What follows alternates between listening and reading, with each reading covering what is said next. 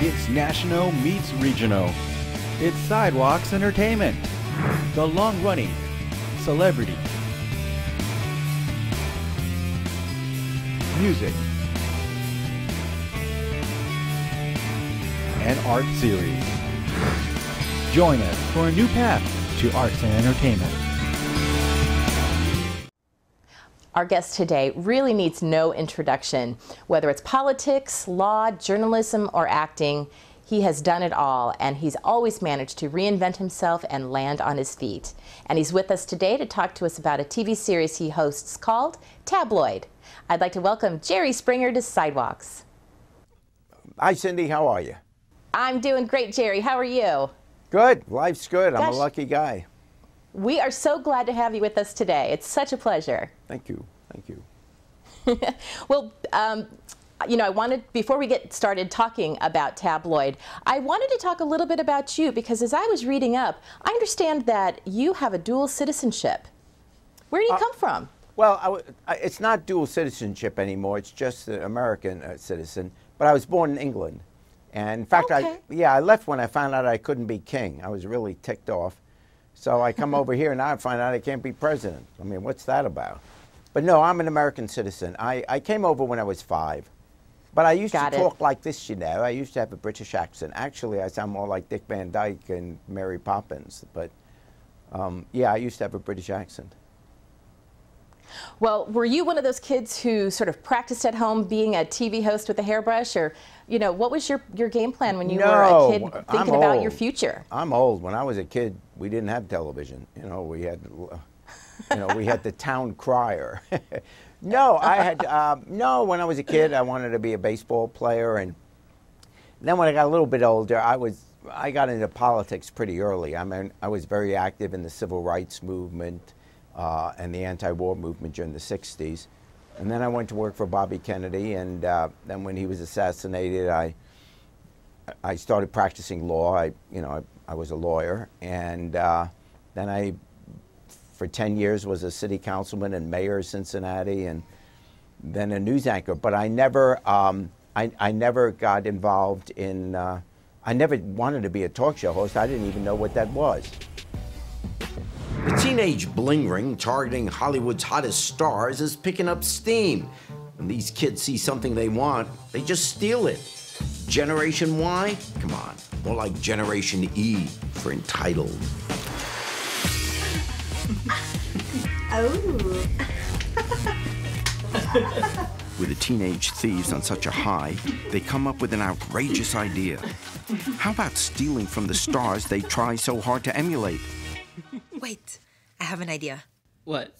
Where does Paris Hilton live? Are you serious? I'm dead serious. Rachel said, you know, where does Paris Hilton live? And had Nick look it up online. And very easily, they were able to find out her address. And it just so happened that blogs said that Paris was out of town. Rachel thought, let's go check it out. We have the address, why not just try it? It was just kind of, you know, like a natural progression of things. And one night we ended up, you know, going to Paris Hilton's. Nick and Rachel chose Paris's house to break into because they thought she had so much stuff she wouldn't notice. Let's do it. She was really relevant at that time. It seemed like the perfect choice. For Rachel and Nick, Paris Hilton stood for everything that they desperately wanted to be a part of. And there was one other motivating factor. The pair find satellite images of Paris's house online and notice a hidden path that can't be detected by our security system. Wow, it's beautiful. That night, the pilfering pals drive to Paris's sprawling mansion in the Hollywood Hills. And it's go time. When they arrived, they found a key right underneath Paris Hilton's mat. Are you sure about this? Yeah, don't be a The doors were already unlocked, so they didn't even need the key to get in. It was such an easy attack on the home. Once inside, the two ransack Paris's huge walk-in closet, a treasure trove of designer clothes, shoes, and jewelry. It's like, this is sick. I'm in Paris Hilton's house, and, you know, this is her cash. And Rachel and I took a lot of clothing items, you know, booze, just things that are worth something. The high school heisters take just enough to enjoy, but not enough that they think Paris will notice. We weren't trying to be malicious. It was like free stuff. I mean, obviously it wasn't ours, but it's free stuff. Nobody's dead. The next week at school, Rachel's friends' jaws drop when she's strutting around in Paris Hilton's designer dress. Oh my God. Oh, la la. Rachel and I kind of wanted some sort of recognition, and we wanted people to kind of look at us and be like, oh, wow, you look really good, and, you know, that's cool. Is that a new acquisition, Rach? Yeah, straight from Paris's rack.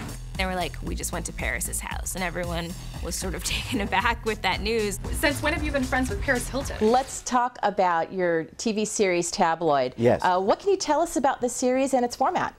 Well, it's a crime show, and it's about the major crime headlines over the past 20, 30 years, and we go into the backstory of it, and that's, you know, what were these stories, how did it come to be, what's happened to these people in the meantime, and these are literally the stories that the whole country was talking about at the time it happened. You know, you're in the grocery line and you see the tabloid papers there and you see these headlines. Well, usually, you know, if there's someone standing behind you, you don't look at it because you're embarrassed, but, you know, if no one else is there, you'll look, and you get the whole backstory. What do you think people's fascination is with scandal? Is Well, it just in part of our DNA? Well, yeah, it's not necessarily scandal. We are social beings, and we love talking about human behavior. This is nothing new. 1,000 years ago, people used to gather in the town square or at the marketplace, and they would talk about what so-and-so did who lives down the block or in the next hut or whatever. And that hasn't changed. People have always been talking about what's going on in their neighborhood. It's just with modern technology, our neighborhood has now become the planet Earth. So, you know, it's a bigger area, but we can always have spoken about what people are doing because that is part of our DNA. Well, this is certainly going to be a fun ride for anyone who tunes into Tabloid. You know, before we go, I wanted to, of course, I've got to talk to you about the Springer Show. You know, the thing about you, Jerry, is that people, the younger generation may not realize this, but, you know, tabloid television has been around a long time, but you invented it. Yeah. It didn't exist really How before proud you started I am. it.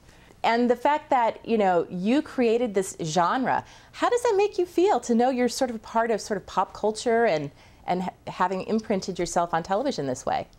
Yeah, well, I don't really understand it. I mean, I know we were the first show that did this. To me, it's all crazy. I mean, our show is nuts. But obviously people like it. I mean, we're in our 23rd year now. So I think it's this fascinating. It's not that anything that is on my show we didn't know exists. Of course we know it exists. But we would be shocked if it happens to someone we know. That's what we would think was surprising. But we had never seen this stuff on television before. And that's what is unique about the show. We were the first show really to show all this dysfunctional behavior. But it always existed, and we always knew it existed. We just didn't believe television would show it. You know, as you look back at your career, is there anything that you would have done differently? And what's in front of you? What do you still want to do before the career and the time is over? Well, I'm 70 years old, so I sure hope there's something in front of me because, you know, the long term doesn't look that good. But, you know, so, you know, I'm totally lucky. I mean, there's just no explanation for this. You know, I have no talent, and I've got this great career. So I'm very fortunate. I'm appreciative. And I don't need to do anything else. I just do it because it's fun.